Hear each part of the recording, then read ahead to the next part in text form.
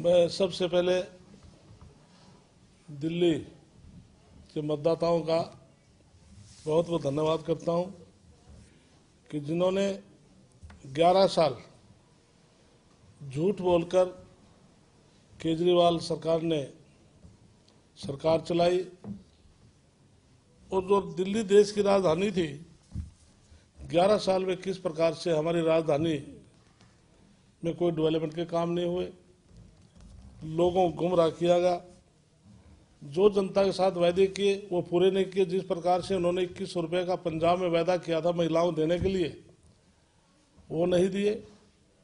फिर इस चुनाव में उन्होंने 2100 रुपये की गेंद फेंकी कि मैं 2100 रुपये देने का काम क्यों करूंगा, लेकिन भारतीय जनता पार्टी ने अपने मैनिफेस्टो में 2500 रुपये देने का वायदा किया, हम देंगे।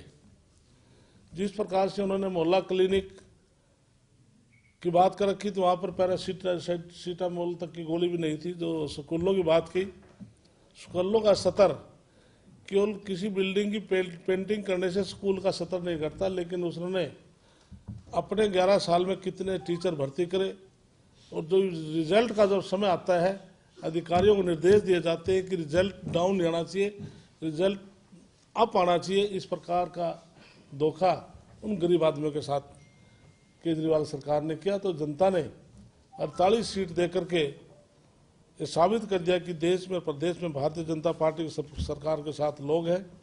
मैं रेखा गुप्ता, मैं उनका बहुत बहुत मैं स्वागत करता हूं। हमारी बहन है, जो मुख्यमंत्री का पद मिला, और वर्मा जी उनको मुख्यमंत्री का पद मिला। साहिब सिंह वर्मा ने अपने कार्यकाल में दिल्ली के अंदर बहुत से विकास कराए।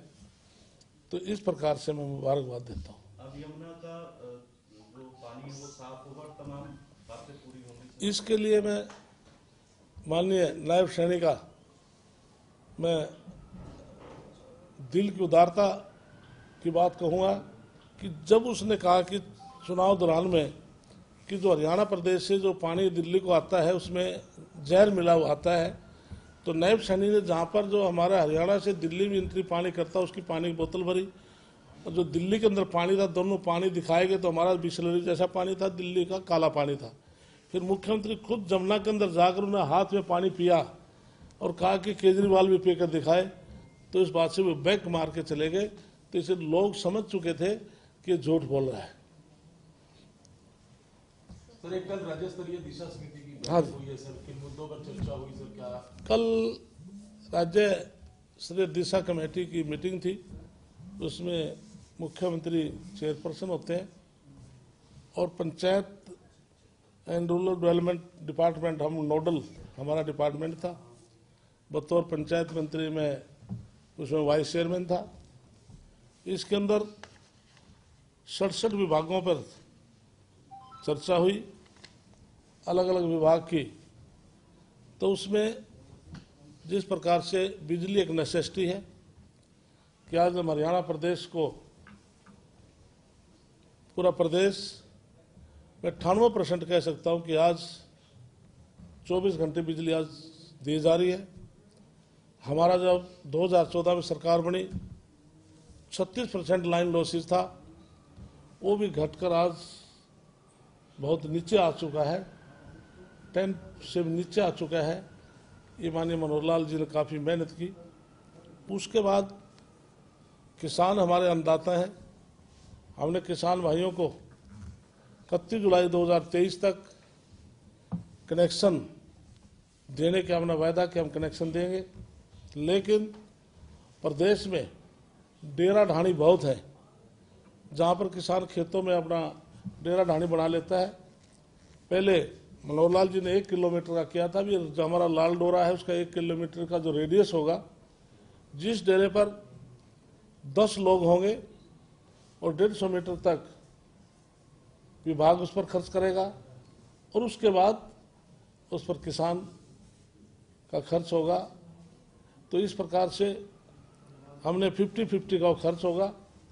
तो हमने दक्षिणी जो हमारा DHBPN है उसमें 2547 हमने डेरा ढाणी पर कनेक्शन दिए हैं, और यूएच साइड में हमारे डेरा ढाणी कम है, वहाँ पर 115 ढाणियों में हमने कनेक्शन किए।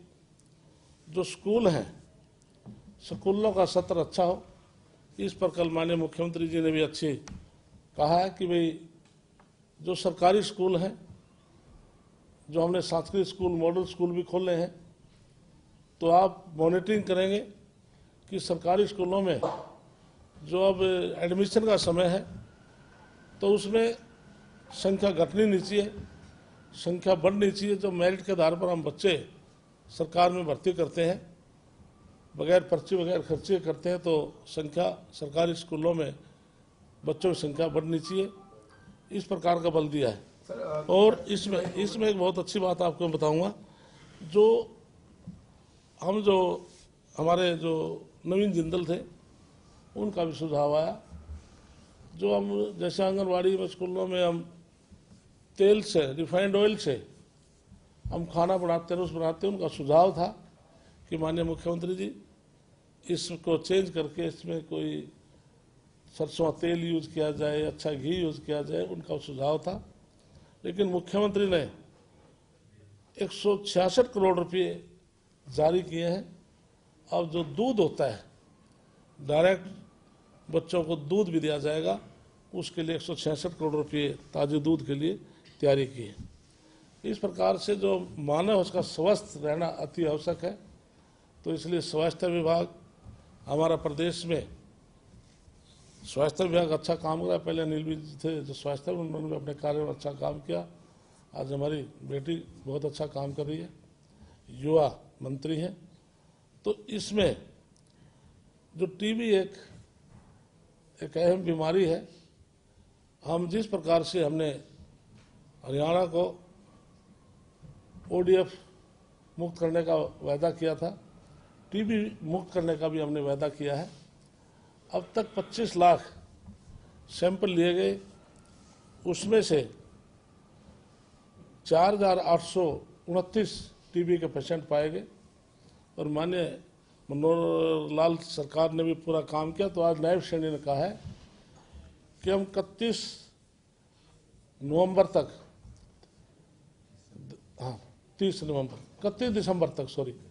हम 31 दिसंबर 2025 तक हम टीबी मुक्त हरियाणा करेंगे, जिसमें सरकार हमारी इस प्रकार से काम कर रही है।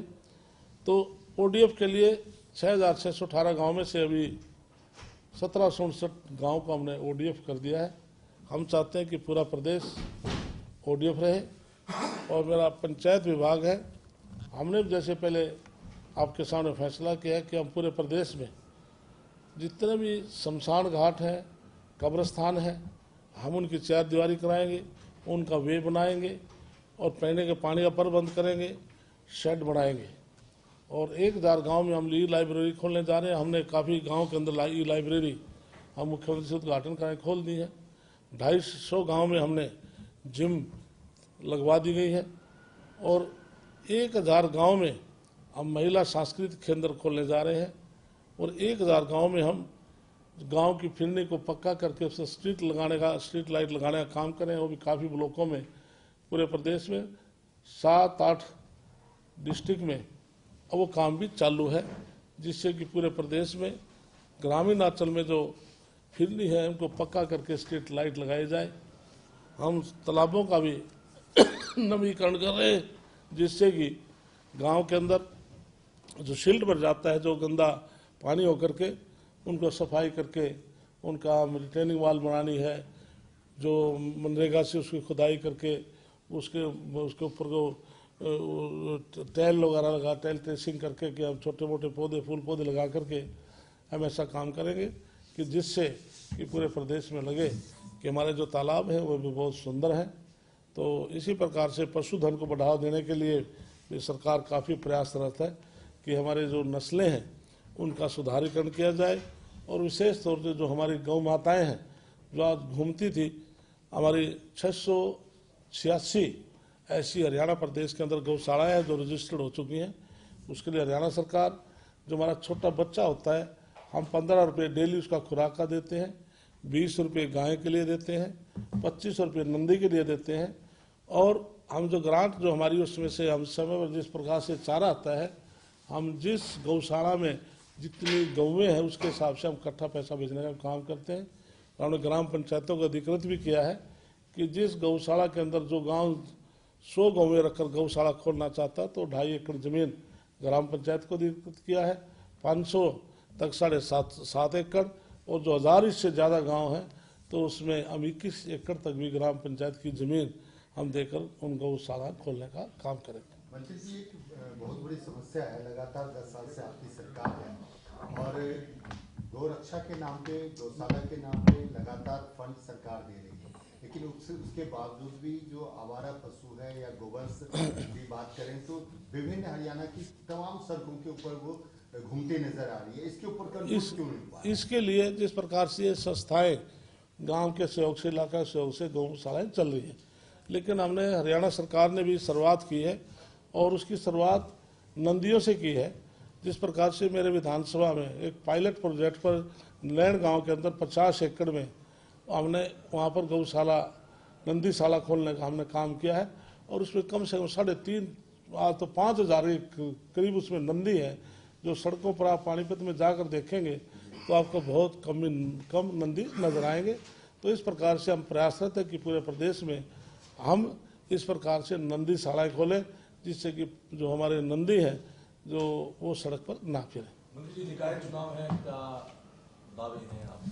इसके लिए निश्चित तौर पर जिस प्रकार से हरियाणा प्रदेश में तीसरी बार भारतीय जनता पार्टी सरकार बनी नायब सैनी के नेतृत्व में, उसका असर हमारा महाराष्ट्र पर गया, बाई इलेक्शन उत्तर प्रदेश पर गया, राजस्थान पर गया और उसके बाद अब दिल्ली के चुनाव पर गया। और निश्चित तौर से मैं कह सकता हूँ कि 35 नगर निगम, नगर परिषद, नगर पालिकाएँ तो चुनाव में उतनी सभी हमने टिकटें डिक्लेयर कर दी है। और जिस प्रकार से मैं पुंडरी के अंदर गया था, पुंडरी नगर पालिका के अंदर 16 वार्ड है, एक हमारे प्रधान पद है, उसमें प्रधान पद के लिए भी सिंबल है और 16 वार्ड में भारतीय जनता पार्टी के सिंबल है। तो काफ़ी नगर निगम, नगर परिषदों ने हमने छोड़ा था उनके ऊपर कि जो चाहेगा उनको हम सिंबल देंगे, जिसने चाहे हमने सिंबल भी दिए हैं, जिस वार्ड में नहीं चाहा हमने ओपन भी किया है।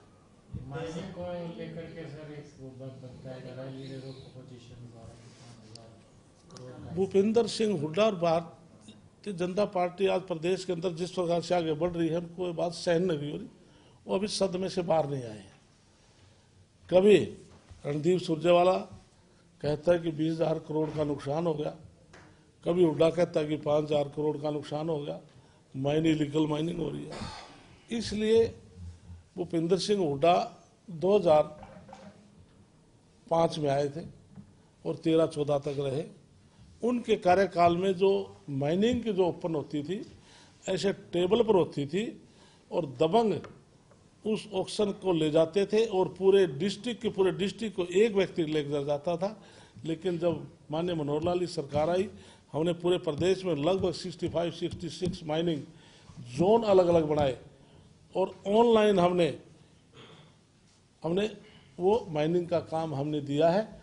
और जिस प्रकार से 5,000 करोड़ की हुड्डा वे बात करता है कि 2019 से लेकर ये बात थी, ये 2022 की रिपोर्ट थी, कैग की रिपोर्ट थी।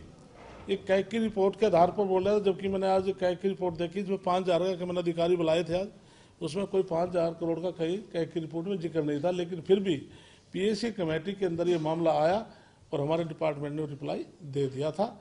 लेकिन मैंने अधिकारियों को आज भी मैंने ड्यूटी लगाई है कि वो 5,000 को ढूंढो, कहाँ से 5,000 कह रहे हैं, 5,000 करोड़ कह रहे हैं, ये झूठ बोल रहे हैं। मंत्री जी, पंचायत विभाग आपके पास है, 100 दिन की सरकार, 100 दिन का कार्यकाल लगभग पूरा हो चुका है, उससे ज़्यादा ही। कि पंचायत विभाग के लिए कौन कौन सी योजनाएं और कितने पंचायतों को फंड के रूप में जारी किया गया डिपार्टमेंट? इसके लिए उपलब्धियां मैंने बता दी। जैसे मैंने माननीय मुख्यमंत्री ने 100 दिन का जो पायलट प्रोजेक्ट सभी मुख्यमंत्री ने लिया था, हमें दिया था, जो मैंने 100 दिन के काम बताए हैं, 1,000 गाँव लिए हैं, सब उसी पायलट प्रोजेक्ट में हमने जारी किए हैं। और जो मुख्यमंत्री ने सरपंचों का जो सम्मान किया है, जिस प्रकार से उन्हें 21 लाख रुपए पर हैंड छोड़ा है, आज पूरे प्रदेश की मैं बात कह सकता हूँ, चाहे जिला परिषद है या हमारे ब्लॉक समिति है और जो सरपंच है, हमने ओपन फ्री हैंड उनको कर दिया काम करने के लिए। पहले कुछ काम बांटे थे, उनके ऊपर साइन ऑफ इंटेरोगेशन था, आप ये काम नहीं कर सकते, आप जेड नहीं कर सकते, आप सी नहीं कर सकते, आप डी नहीं कर सकते।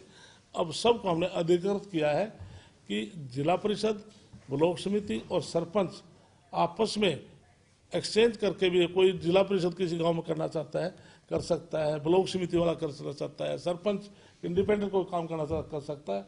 हमने उनको फ्री हैंड छोड़ दिया है। आज पूरे प्रदेश के जिला परिषद, ब्लॉक समिति और सरपंच खुश हैं। एक सरपंच का, जब से ये सरकार बनी है, मेरे पास मंत्रालय है, एक सरपंच का बयान बता दो कि प्रदेश में वो सरपंच नाराज है। धन्यवाद। मंत्री जी जीत हासिल की, हाँ। उसका कितना असर जो है वो पंजाब के अंदर देखने को मिलेगा? क्योंकि अभी उसके बाद ठीक बात जो है वो अरविंद केजरीवाल ने दिल्ली के पंजाब के तमाम कैबिनेट मंत्रियों को दिल्ली में बुलाया था, बैठक हुई थी, कितना असर जो है वो इसका देखने को मिलेगा? इसके निश्चित तौर, जैसे मैंने हरियाणा का असर महाराष्ट्र पर, उत्तर प्रदेश पर, दिल्ली पर, राजस्थान पर गया है, अब उसका असर नगर परिषद, नगर निगम और नगर पालिका चुनाव में आपको नजर आ जाएगा। उसके बाद अब पंजाब की बारी है। ये तो ट्रेलर था, केजरीवाल वाला पिक्चर तो भी पंजाब में दिखा देगा उसको। एक दिल्ली में मनीष सिसोदिया के ऑफिस की वीडियो वायरल हो रही है कि आपके बीजेपी के एमएलए गए और जगह जगह दिखा रहे कि खुफिया भी चोरी कर ली, फर्नीचर भी चोरी कर लिया।